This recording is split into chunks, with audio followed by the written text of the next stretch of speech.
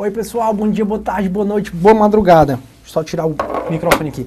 Turma, a gente está falando então sobre as ações penais, falando sobre as ações penais públicas incondicionadas, falando sobre as ações penais públicas condicionadas.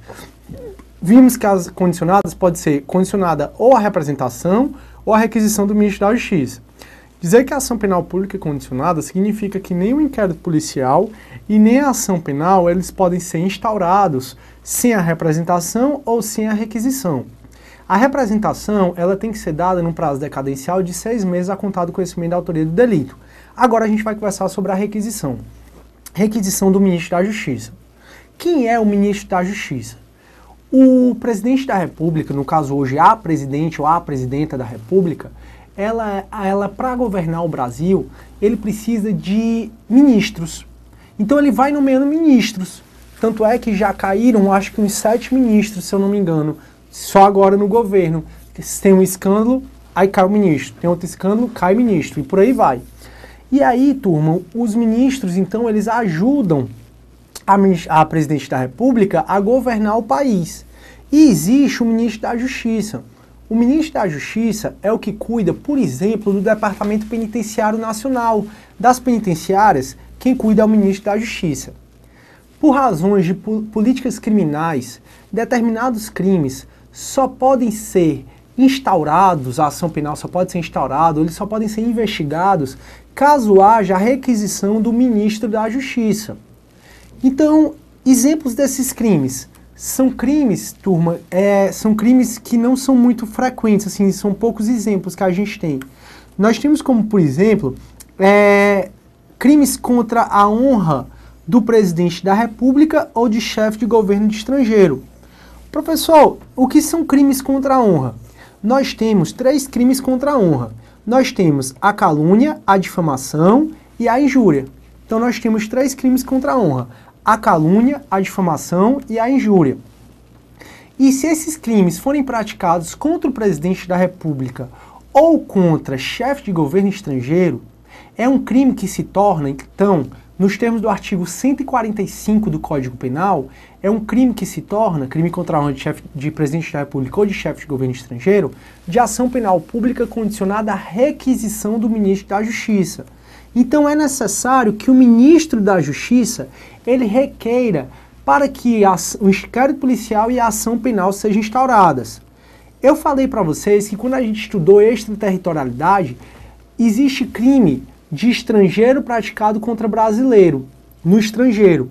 E um dos requisitos para que se instaure, para que se haja a extraterritorialidade, é a requisição do ministro da Justiça. Eu estou lembrando aqui, eu acho que eu estava meio atordoado na aula passada, acho que eu até falei de a representação, mas não é. Se, turma, for um crime de estrangeiro contra brasileiro que ocorreu no estrangeiro, uma das condições da extraterritorialidade é a requisição do ministro da Justiça, e não a representação do ofendido, é a requisição do ministro da Justiça. Então é outro exemplo que a gente tem de crimes de ação penal pública condicionada à requisição do ministro da Justiça. Crimes praticados por estrangeiro contra brasileiro fora do país, no estrangeiro.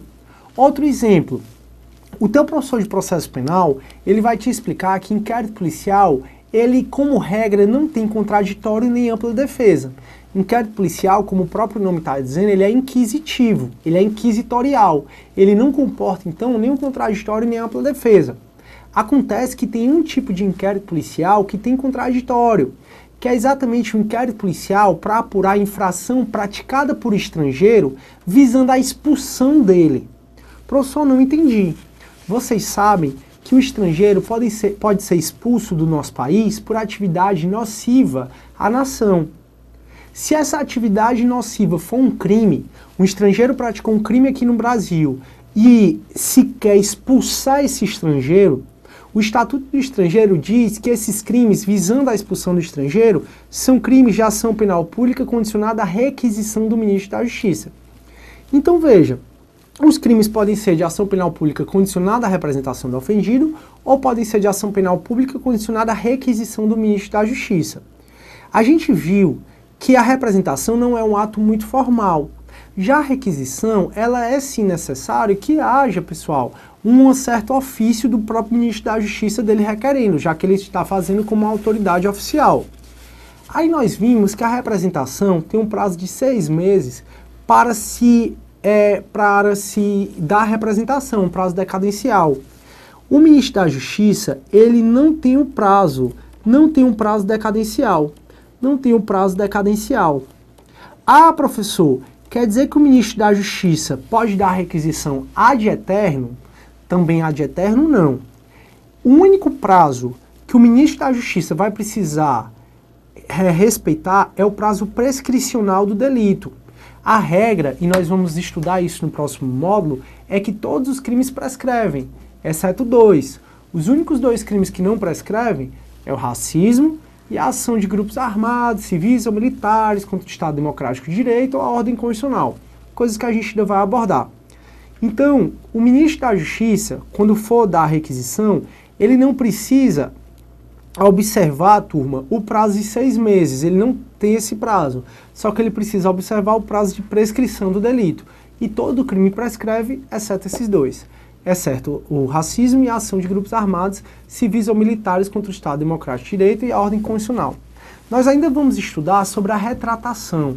Será que é possível que o ministro da Justiça ele se retrate da representação que ele deu? A regra é que ele não pode se retratar. A regra é que ele não pode se retratar. Mas sobre isso, quando a gente estiver fazendo questões, eu volto a comentar um pouquinho sobre isso com vocês. Então, beleza. Dito isso sobre as ações penais públicas incondicionadas e as ações penais públicas condicionadas, eu passo agora a falar das ações penais privadas. E vocês estão observando que a ação penal privada, ela como regra, ela é de titularidade do ofendido. Professor, por que como regra? Porque, como eu vou falar para vocês, tem casos onde o ofendido pode morrer e essa legitimidade para entrar com a ação penal passe para o SECAD. Quem é o SECAD, professor? É o companheiro, o cônjuge, o ascendente, o descendente ou irmão. Mas, antes da gente começar a conversar sobre isso, anote que as ações penais privadas, como regra, ela é de titularidade do ofendido. Ela é de titularidade do ofendido, e o ofendido faz por meio de queixa-crime. E o ofendido faz por meio de queixa-crime. Existem 3 tipos de ação penal privada. Existem as ações penais privadas propriamente dita, por alguns também chamado de exclusiva, ação penal privada propriamente dita, por alguns também chamada de exclusiva. Existem as ações penais privadas personalíssima, ação penal privada personalíssima, e existe também as ações penais privadas subsidiárias da pública. Existem as ações penais privadas, então, propriamente dita, a personalíssima, e existem as ações penais privadas subsidiárias da pública. Bora conversar sobre isso. Turma, é assim.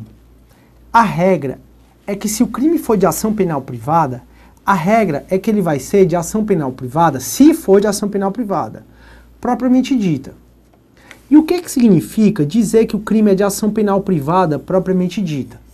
Significa dizer que se o ofendido morrer ou se tornar ausente, a legitimidade para ajuizar a ação penal privada passa para o SECAD. Então, nos termos do artigo 31 do Código de Processo Penal, CPP, tá? Não é o Código Penal. Nos termos do artigo 31 do Código Penal, do Código de Processo Penal, caso o ofendido morra, a legitimidade, até para dar representação, e também a legitimidade para ajuizar a queixa-crime, caso o ofendido morra ou se torne ausente por decisão judicial, que é a morte presumida, passa para o SECAD. Professor, e afinal, quem é o SECAD? SECAD é o companheiro, o cônjuge, o ascendente, o descendente ou irmão. Então, SECAD, companheiro, cônjuge, ascendente, descendente ou irmão. Então, quer dizer, professor, que se o crime é de ação penal privada, a regra é que é propriamente dita. Isso significa que se o ofendido morrer, quem tem legitimidade para entrar com ação penal é o SECAD, exatamente. Exemplos de crime de ação penal privada. Turma, calúnia, injúria e difamação, nos termos do artigo 145 do Código Penal, calúnia, injúria e difamação são crimes de ação penal privada propriamente dita. Então, se alguém foi caluniado e esse alguém morreu ou se tornou ausente, a legitimidade para ingressar com a ação penal ou mesmo para continuar com a ação penal passa para o SECAD, que é o companheiro, o cônjuge, o ascendente, o descendente ou irmão. Então, professor, o João foi caluniado.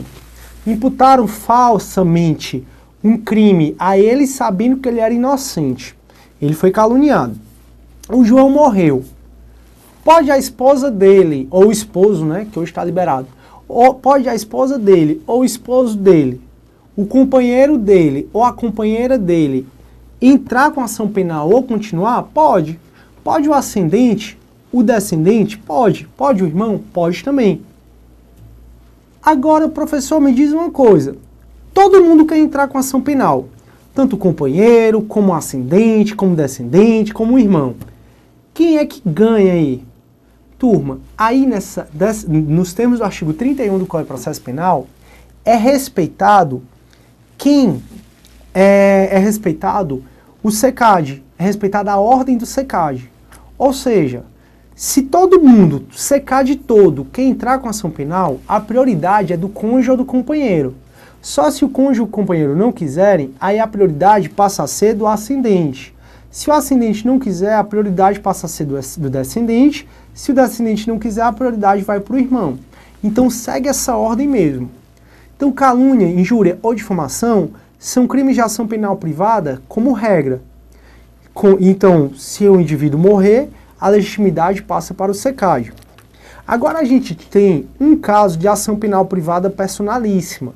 E o que é que significa essa ação penal privada personalíssima? Dizer que o crime é de ação penal privada personalíssima significa dizer que só o ofendido tem legitimidade para iniciar a ação penal.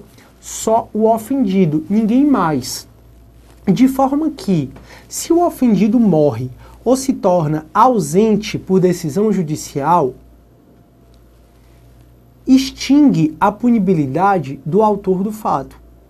Então, se o cara cometeu um crime, e esse crime é de ação penal privada personalíssima, e a vítima morreu, o cara que cometeu o crime e vai ficar impune.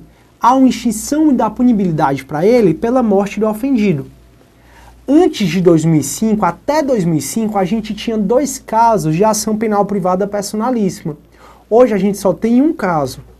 Qual era o caso que foi revogado em 2005? O adultério. Antigamente, se o João era casado com a Maria e o João chifrava a Maria, só a Maria podia entrar com ação penal contra o João.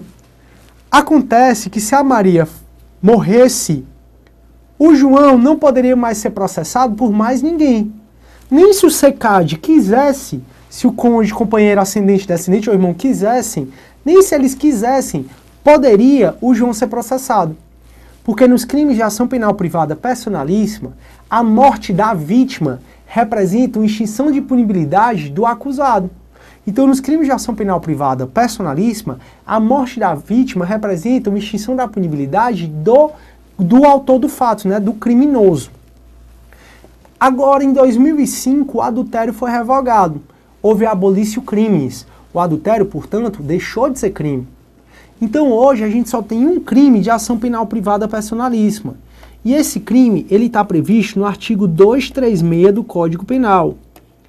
E esse artigo 236, ele fala do crime de contrair casamento, induzindo a erro essencial o outro contraente ou ocultando impedimento.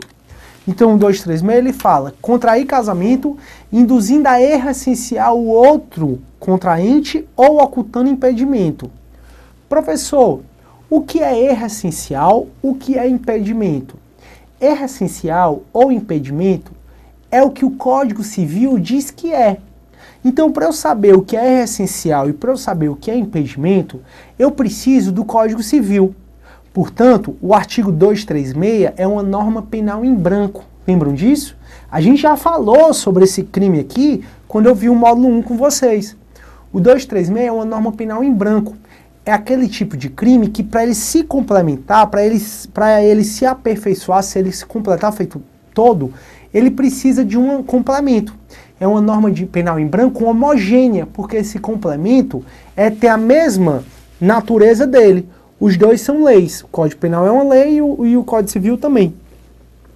Então o erro essencial e o impedimento é o que o Código Civil diz que é. Comete esse crime, por exemplo, quem casa com alguém e esconde uma doença ou um crime anterior ao casamento que torne insuportável a vida conjugal. Então, se você casa com alguém e esconde uma doença ou um crime anterior ao casamento que torne insuportável a vida conjugal, você que casou cometeu o crime de 236. Aí, se você observar o parágrafo único do 236, ele vai dizer assim: o crime depende de queixa do contraente enganado. Aí ele continua, que a gente vai estudar mais na frente isso.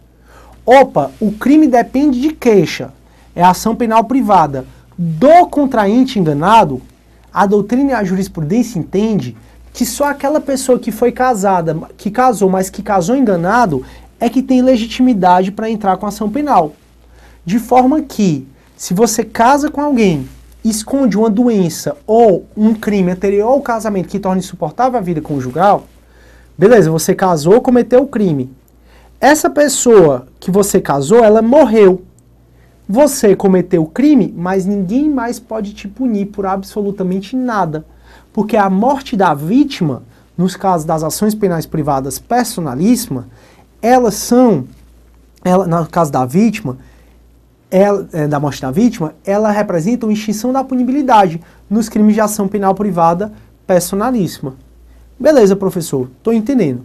Então pronto, nós temos 3 tipos de ação penal. As ações penais privadas propriamente dita e a ação penal privada personalíssima. Aí sobre as ações penais privadas propriamente dita e a ação penal privada personalíssima, é bom que você analise o artigo 60 do Código de Processo Penal. Até quando a gente for resolver uma questão, eu coloquei o artigo 60 do Código de Processo Penal para que você possa ver. Eu não vou explicar um por um, porque é uma matéria de processo penal. Como eu falei para vocês, essa matéria ela é prevista tanto, essa matéria ação penal, ela é prevista tanto no Código Penal como no Código de Processo Penal. Então o professor de processo penal também vai conversar sobre essa matéria e muitas das informações vão ser repetidas. Só que sobre perempção, aí fica mais na matéria dele. E o que é perempção? Turma, a perempção é a perda do direito de você entrar com ação penal privada por desídia. Como assim, professor? Lá diz, no artigo 60, que considera-se perempta a ação penal se o querelante deixar de dar andamento à ação penal em mais de 30 dias. Então eu entro com a ação penal privada propriamente dita, ou personalíssima. Eu entro com uma dessas ações penais. E simplesmente eu não dou andamento nela por mais de 30 dias. Ocorre a perempção. No caso, se o ofendido morre, a gente acabou de ver que é o SECAD que tem legitimidade para dar continuidade a essa ação penal. Se o SECAD passa mais de 60 dias e não dá andamento à ação penal, simplesmente considera-se perempta a ação penal. Se quem entra com a ação penal privada é uma pessoa jurídica, e o dono morre sem deixar sucessor, e essa pessoa jurídica ela se extingue sem deixar sucessor, considera-se perempta também a ação penal. E finalmente, se nas alegações finais você não pedir a condenação, considera-se perempta a ação penal privada. Então eu estou trazendo, pessoal, os 4 casos de perempção que você vai estudar no artigo 60 do Código de Processo Penal. E esses casos de perempção, eles servem tanto para as ações penais privadas propriamente dita, como para as ações penais privadas personalíssimas. Professor, e o que é a perempção mesmo? Qual é a natureza jurídica da perempção? Qual é o conceito de perempção? Onde é que a perempção ela se encaixa no ordenamento jurídico? Lá no artigo 107 do Código Penal, diz que a perempção é uma causa extintiva da punibilidade, que é exatamente nosso próximo assunto. A perempção é uma causa extintiva da punibilidade. Em outras palavras, caso eu chame a Maria, Maria é uma vagabunda, piranha, açougueira, sei lá, isso é tudo de ruim no mundo. E aí a Maria me processa por injúria, e a Maria deixa de por mais de 30 dias dar andamento àquela ação penal, O juiz vai decretar aquela ação penal perempta e simplesmente eu vou ter extinta a minha punibilidade. Isso significa que eu cometi crime contra a Maria e nada mais pode acontecer contra mim, já que a ação penal privada ela pode ser perempta. E eu estou falando que a ação penal privada vai ser perempta, a propriamente dita e a personalíssima. Porque a perempção ela não vai ser aplicada no caso das ações penais privadas subsidiárias da pública. Professor, e o que é que significa essas ações penais privadas subsidiárias da pública? A ação penal privada subsidiária da pública é um direito constitucional que eu tenho, que você tem, que todo mundo tem. Vocês já perceberam comigo que a regra é que todo crime é de ação penal pública incondicionada. Opa, se é de ação penal pública incondicionada, significa que é o Ministério Público que vai entrar com ação penal. Mas, turma, já pensou se em todo e qualquer caso a gente só o Ministério Público pudesse entrar com ação penal privada, com ação penal pública? Seria ruim pra gente, né? Porque você sabe, muito embora o Ministério Público seja uma instituição respeitadíssima, existem certas maçãs podres, existem certas questões que em toda a repartição pública, em todo canto, que acabam contaminando, né? Acaba ruim. Por exemplo, o Demóstenes Torres, aquele que é acusado de ter corrupção passiva, de ter como senador beneficiado Carlinhos Cachoeira. Pois é, o Demóstenes Torres, ele é membro do Ministério Público. Hoje ele está afastado, mas com remuneração. Estima-se que ele, sem trabalhar, ganha 26 mil reais, aproximadamente 26 mil reais. Ou seja, no Brasil, parece que para juiz e parece que para membro do Ministério Público vale a pena cometer crime, né? Porque o que eles são afastados ganhando e depois, quando eles são processados, e no caso a punição máxima é a aposentadoria compulsória, que se o indivíduo já estiver perto de se aposentar, ele vai ganhando integral. Vamos ver se essas manifestações aproveitam para tirar certos benefícios, né? De grandes benefícios, principalmente dos parlamentares, mas não só esses benefícios dos parlamentares, como também punição com mais rigor a juiz e a promotor. Lógico que só os que merecerem serem punidos, não é assim, a punição com uma sanção maior do que a aposentadoria ganhando. Não ganha não, ora. Então, por exemplo, o Ministério Público é uma instituição respeitadíssima em todo mundo. Só que, infelizmente, tem certas pessoas que desviam. Aí imagina que tu foi roubado. Tem lá câmera de vigilância, tua casa foi toda roubada, mas tem lá câmera de vigilância, tem várias testemunhas, você sabe quem é, aí você sabe que o roubo é crime de ação penal pública incondicionada. Você entrega todo o material probatório para o Ministério Público, e aí o Ministério Público passa 5 dias, passa 10 dias, passa 15, 30, o Ministério Público não faz nada. E aí, pessoal, será que é justo você ter que ficar na mão do Ministério Público? Aí é não. É um direito constitucionalmente assegurado de que quando o Ministério Público ele é inerte, ou seja, quando no prazo legal ele não faz uma das 3 coisas que eu vou dizer para vocês, quando o Ministério Público é inerte, surge para o ofendido as ações penais privadas subsidiárias da pública. Ou seja, é a possibilidade do ofendido ajuizar a ação penal privada para um crime que era para ter sido ajuizado para um crime de ação penal pública. Professor, quer dizer que o homicídio, que é de ação penal pública, o roubo, o latrocínio, pode ter uma queixa-crime para iniciá-los? Pode. Basta que no prazo legal, que já eu digo qual é, o Ministério Público ele seja inerte. Se o Ministério Público for inerte no prazo legal, surge o que a gente chama de legitimidade concorrente. E o que é que significa legitimidade concorrente? Significa que durante um certo prazo, tanto o Ministério Público como o ofendido vão poder ajuizar a ação penal. Só cuidado, o que eu estou falando para vocês é que no caso das ações penais subsidiárias da pública, ação penal privada subsidiária da pública, o que o ofendido ganha é a legitimidade para entrar com queixa-crime, mesmo o crime sendo de ação penal pública. Porque já caiu no CESP que o crime, que no caso das ações penais privadas subsidiárias da pública, já caiu no CESP que a titularidade da ação penal vai para o ofendido, e está errado. Se o crime é de ação penal pública, seja incondicionada, seja condicionada, a titularidade da ação penal é do Ministério Público e não sai do Ministério Público nunca. A titularidade do Ministério Público nas ações penais públicas está no artigo 129, inciso 1 da Constituição Federal. Então, a titularidade das ações penais públicas para o Ministério Público está no artigo 129, inciso 1. É do Ministério Público e ninguém tasca.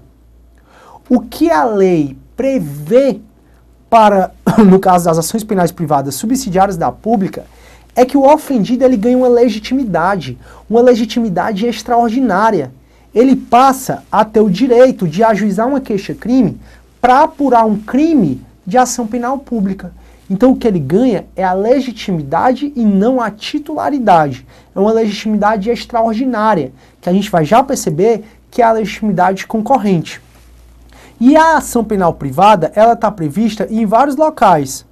Olha o que aqui diz, aqui o parágrafo 3º do artigo 100 do Código Penal. No parágrafo 3º do artigo 100 diz assim: a ação de iniciativa privada pode intentar-se nos crimes de ação pública.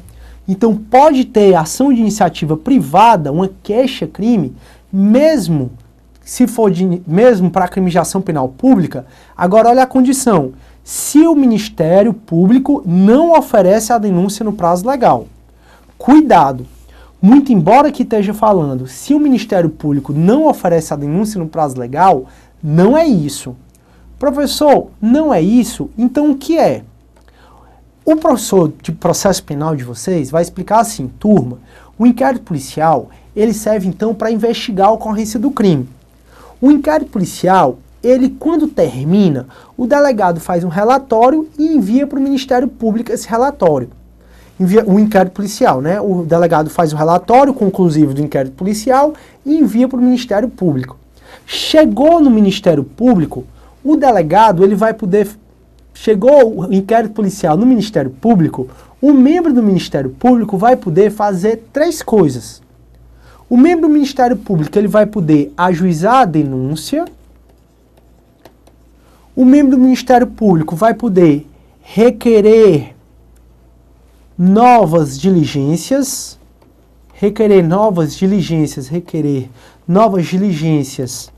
mas só diligências que sejam imprescindíveis ao ajuizamento da ação penal,